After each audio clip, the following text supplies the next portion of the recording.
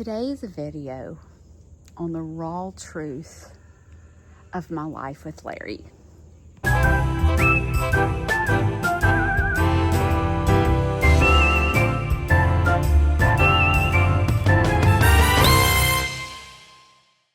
Good morning, backup dancers. I want to talk to you guys about what it's like to be a caregiver, and also I'm going to be very blunt and very honest about what the last 9 years of my life have been like. Shane and I got married in 2017 in June. That next April, Larry ended up in the hospital. And as a matter of fact, it was the week of my birthday. And Shane and I lived all the way in Stapleton, which is about 5 or 6 hours away from Larry. So needless to say, I was at the hospital taking care of Larry for a week. Well, during that week, the reason he was hospitalized is because all his electrolytes were depleted. And because I didn't live with Larry, I've never lived with Larry, not my entire life, because Larry married my mother after I had graduated high school. And right after high school, I moved off. I moved to Tennessee and just started my life. And so I don't know all Larry's little quirky ways. I don't know what he likes. I don't know any details about him. I don't even know his favorite color at this point. I know nothing about him. So it was confusing to the doctor of why his electrolytes were all in the floor. Larry was having trouble with dizziness because he had no sodium in his body at all. So I said he was in the hospital for a week, but he was actually in the hospital for 2 weeks. And so when he discharged the hospital, they wanted to do home health, and the doctor suggested that he needed to live with someone. Well, I'm the only girl. I have a younger brother that was sick at the time, and my older brother has 6 kids. So Larry ended up coming home with Shane and I. And I was doing the laundry. Well, I noticed that, I know this is a little too much information, so bear with me because this is a raw truth video. But I was doing the laundry and I noticed there was diarrhea in all his underwear. And I was very, very confused. Well, because I lived with him, I watched him take his medication, and he was taking Miralax constantly. And I was like, Larry, why are you taking so much Miralax? And he said, well, the doctor told me to. And I was thinking, you've got no electrolytes, you've been in the hospital for 2 weeks, you have diarrhea, and you're continuing to take Miralax. So I knew that something was not right. So I contacted the doctor and I said, he's taking Miralax nonstop. He said he needs to stop that immediately. So I went to Larry. I said, who told you to take Miralax?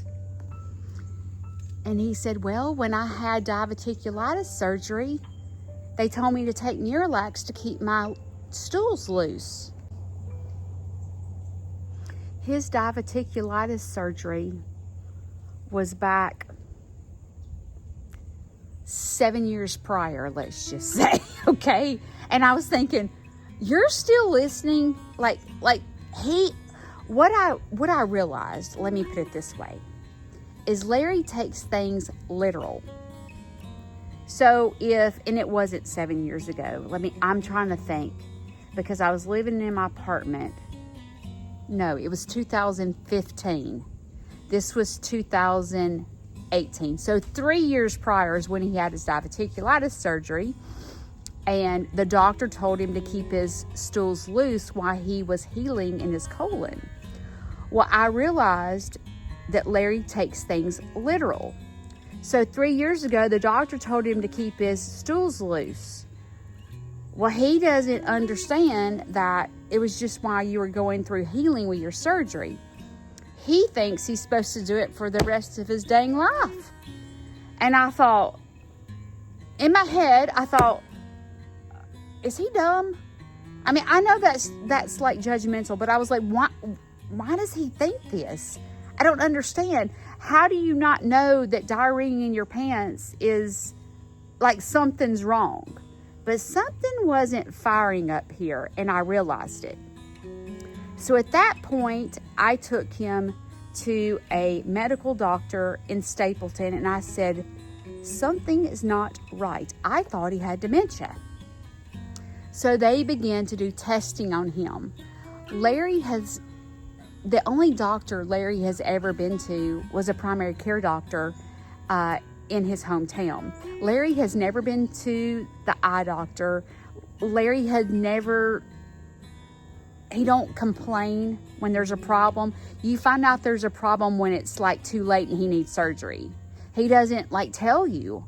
And so they did a dementia test and they said that they thought he had dementia. Well, as I continued to live with him, I was like, I don't understand. He doesn't forget anything. Like, he knows the date, he knows who we are, but it's almost like he has no common sense. It was very confusing to me because I didn't know how to take care of him. And he would like get obsessed, like he would get on his phone and he would Google, like he had kidney disease. So he would Google kidney disease, and then he would find out that if he ate, we got on this wine kick. He had to go drink wine every day, and it was going to heal his kidneys. And I would just fall for it, I guess. I was just letting him do his thing because I didn't want him to be miserable. But he was getting stuck on things. He got stuck on, if he can't have Miralax, he needs to eat prunes. So he had to go buy prunes and eat prunes every day because he couldn't get out of his head that he needed to not keep his stools lift. He thought the reason his sodium was low was because he wasn't eating enough salt. So then he felt like he needed to salt all his food, but the reason his sodium was low was because he was having diarrhea. And I couldn't make him understand. So I felt confused because I would go and talk to the doctors, and I took him to a neurologist, and I said, I don't understand what's wrong because they're saying he has dementia. I said, but he doesn't forget anything. I said, but it's like he doesn't have any common sense. I don't understand what's going on. It was really hard on me as his caregiver because I didn't know how to take care of him because I couldn't figure out like what was wrong. And when I would take him to the eye doctor, we found out he had glaucoma and he had no peripheral vision at all. And I'm like, how does he not know that he don't have peripheral vision? Can he not tell? So it was confusing to me about, like, the doctor took his keys away. He said, you can't drive. You're going to kill someone. And Larry didn't believe it. He was like, I'm fine. I can see fine. But, like, obviously he couldn't.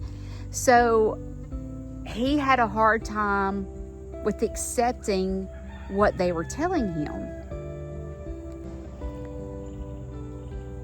As he was living with us, and I began to take over his medical health and try to get it under control to figure out his kidney disease and his glaucoma and his dementia and all these things that were going on, I began to take him to the doctor.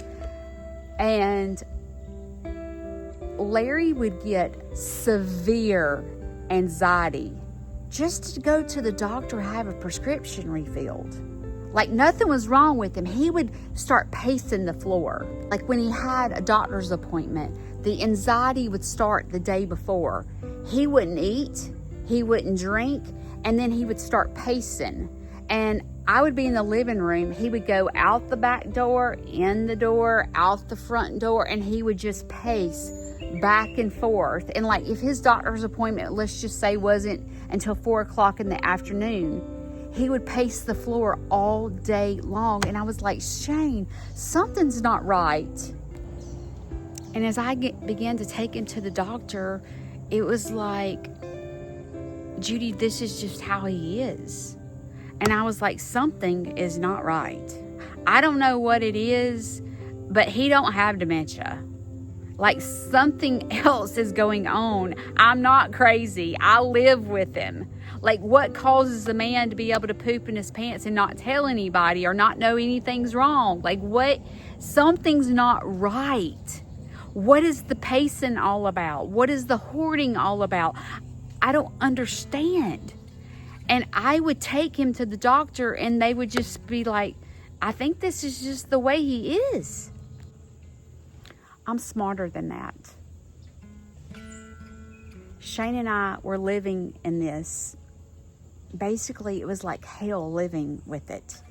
Not understanding how to help him with his depression, how to help him with his anxiety. He would literally lay on the couch and cry all the time.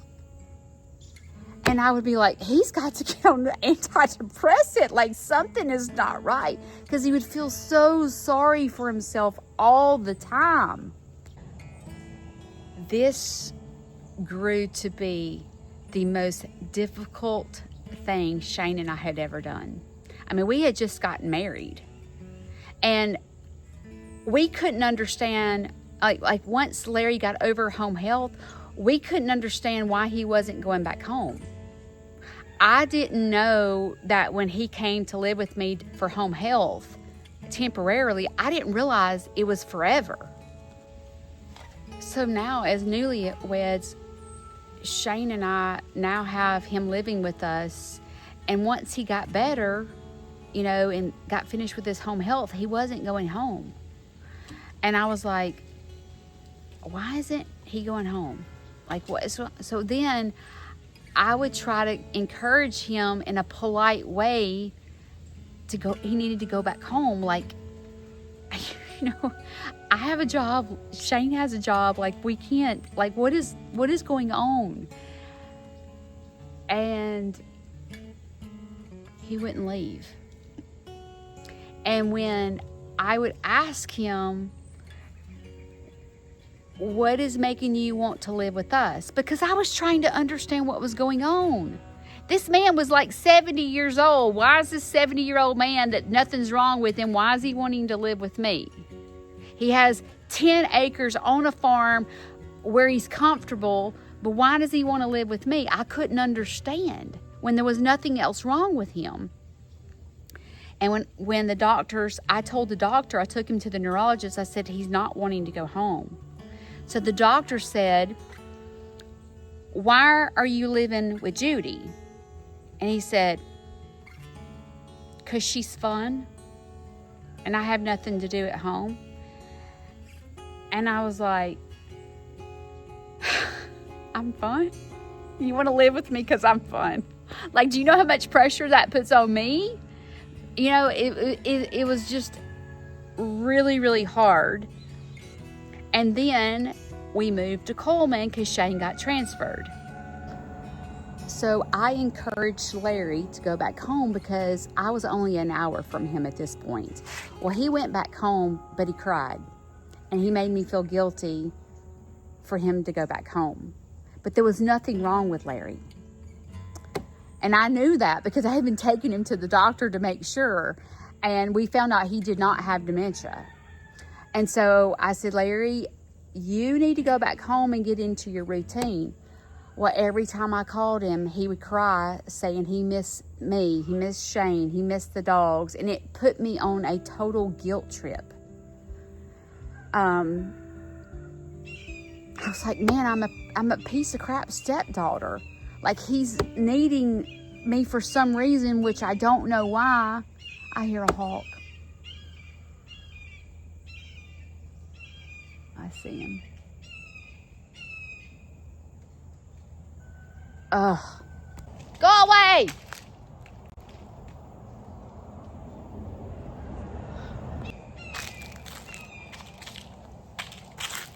Trying to steer him away. Go! Go!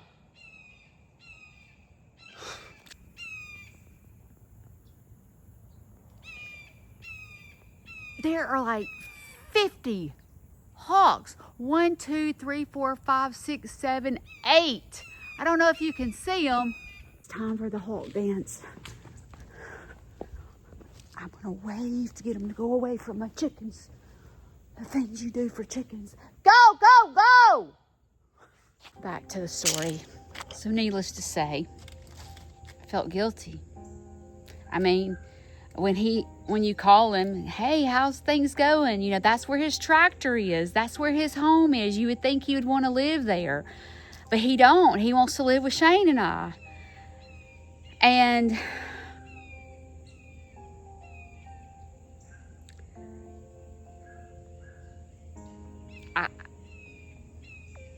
I've never felt so guilty in my life. Like when I call him and he's crying, wanting to come to our house, I mean, what do you do? So I just told Shane, I guess he's coming back. As time has gone on, there's things like, for example, you know, Larry's not coming out of his bedroom at all anymore. He has to have 2 sandwiches in his refrigerator in his bedroom at all times. It's strange. Like let's just say that he wants a sandwich and there's 2 sandwiches in the refrigerator. He doesn't eat the 2 sandwiches in the refrigerator. He goes in the kitchen and makes a fresh sandwich, goes to his bedroom, pulls out a sandwich that's in his refrigerator and puts the other sandwich that he just made into the sandwich bag. And you guys know he's obsessed with word searches. And we have to have certain pencils with certain books. And any change, whether it's medication, any change totally gives him anxiety. He can't handle it. And you guys know he's been on hospice because he developed cancer, but he got better. Like, he's not dying. So if he's not dying and he can walk outside. He's fine. Why don't he go outside?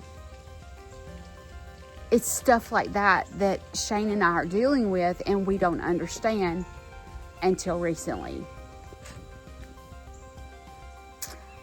When I opened Snead's Farmhouse, I started being around people with autism. And I began to talk to moms and grandmothers about autism. And I was like, Larry has autism. I realized what was wrong. This whole time I've been not understanding what's happening. And I realized he doesn't have dementia. You know, the no common sense stuff. I found out Larry got double promoted twice in school. Larry graduated high school at 15 years old. And I'm like, how do you graduate high school at 15 years old, get double promoted when you have absolutely zero common sense? Autism. Now, because Larry is now 76 years old, he never properly got diagnosed with anything. Larry knows he's different because he says it. He says, I'm just different from other people. People that grew up with Larry in school, they'll tell you Larry was different. But most people say Larry was shy. Larry didn't talk much, and he doesn't. He does not talk to people. He's an introvert, big time. And because back when he was young, autism wasn't really talked about. I don't even know if they knew what autism was. Now, I don't know where he's at on the spectrum. Like, I don't know, like, what kind of autism he has, but it is obvious that he has autism. Like, when I need a break and he goes to the nursing home for 5 days, he goes into I don't even know how to explain it. He won't talk to no one. He don't want to eat. I'm fine. Leave me alone. I have to be in my own bedroom.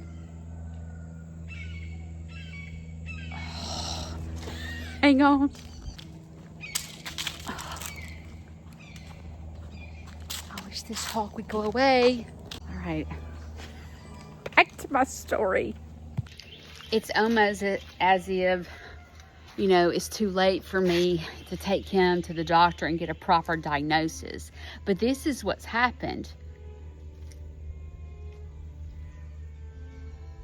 I don't have any training. Like when a kid is diagnosed with autism and the parents know exactly what they have, they learn to put tools in their pocket to be able to comfort their child with autism. I don't have any training. I've had to figure out this myself for the past 9 years. I don't understand. It gets frustrating for me as a caregiver because I don't have tools in my pocket to pull out when I'm having to deal with this. It feels frustrating to me. I just don't I want to go, get out of your room. Come outside. Get some vitamin D. Quit being depressed. Learn to dance. You know, I have that attitude and I don't have a tool to put out of my pocket to go, Judy, he's not like you. So where do I go from here? How do I get help as a caregiver knowing how to take care of him? How to comfort him? Am I just going to be a bad daughter and not go get help myself to know how to deal with this? How to deal with a man that's never been diagnosed? I don't know. It's been difficult, y'all. Every day is so hard at Snead's Farmhouse, just to let you know. If we change hospice nurse, it sends him for a tailspin. He has to eat the same food pretty much every day. I can't get him to brush his teeth. Where did that come from? Why can't we brush our teeth? Why all of a sudden do we have this phobia about brushing teeth? I mean, do I just give into it and say, okay, you don't want to brush your teeth, you don't have to, and let him get gum disease? Or do I get in a fight with him and go in there and brush your teeth? I'm telling a 76-year-old man that he has to brush his teeth every day. It's difficult. It's almost like having a 2-year-old that can't tell you what's wrong. They just have a fit. They have a little 2-year-old tantrum. They can't specifically tell you what's wrong with them. It's almost like he doesn't have a voice, although he does have a voice. So for the average person, you're like, why is a grown man acting this way? But what's happening as he gets older, his autism is getting worse. And therefore, I'm at home all the time dealing with it. And so I have to learn how to manage my life. And I have to learn how to get up and dance every day. Larry doesn't sleep at all. You know how the normal person sleeps at least 6 hours a night? Larry sleeps in short increments. He sleeps at the most 15 minutes at a time, all day long. He'll sleep 15 minutes here, wake up. Then he's up for 2 hours and sleep 15 minutes here. He doesn't have a normal routine. And for a parent or a grandparent with a kid with autism that's like that, you get me. You try to function and get your sleep and you can't because your child's up all the time, or your grandchild's up, or your dad's up all the time, and it's difficult. If you deal with autism, I hear you. I hear your pain. I hear your cry. I hear your screams of someone help me. Someone help me figure out how to fix this. You can't fix it. You have to deal with it. I hear you clearly. I hear you. I wished I had all the answers to tell you how to deal with it, but I'm learning myself. And unfortunately, there's days I just can't dance. I can't force myself because I'm in the middle of hell. Oftentimes, I have to just reach out to hospice nurse, and I'm like, this is so difficult. This is so hard.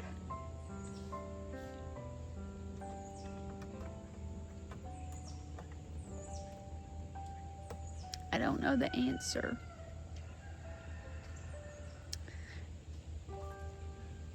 I wish I could help Larry, but I'm not strong enough. I don't know how. I have begun looking for resources to get me some help. And I don't mean caregiver help. I mean resources to teach me to deal with this. How do I deal with this day in and day out with someone that doesn't sleep, that someone doesn't understand, that someone's with anxiety, that has meltdowns? Like, how do I deal with this? There's a place in Decatur called Alabama Autism. This week, I'm going to go there and ask for resources to help me. The moral to the story is life can be hard. I don't want Larry to pass away and me have regrets. So I'm going to strive really hard to learn how to deal with the things that he deals with on a daily basis. So I always tell you guys, you have a choice. Sitting it out is not getting help yourself to learn how to deal with things. It's just crying every day and being miserable. Dancing is going, I've got to get some help. I'm miserable myself. I've got to get some help. It's me, y'all. It's me.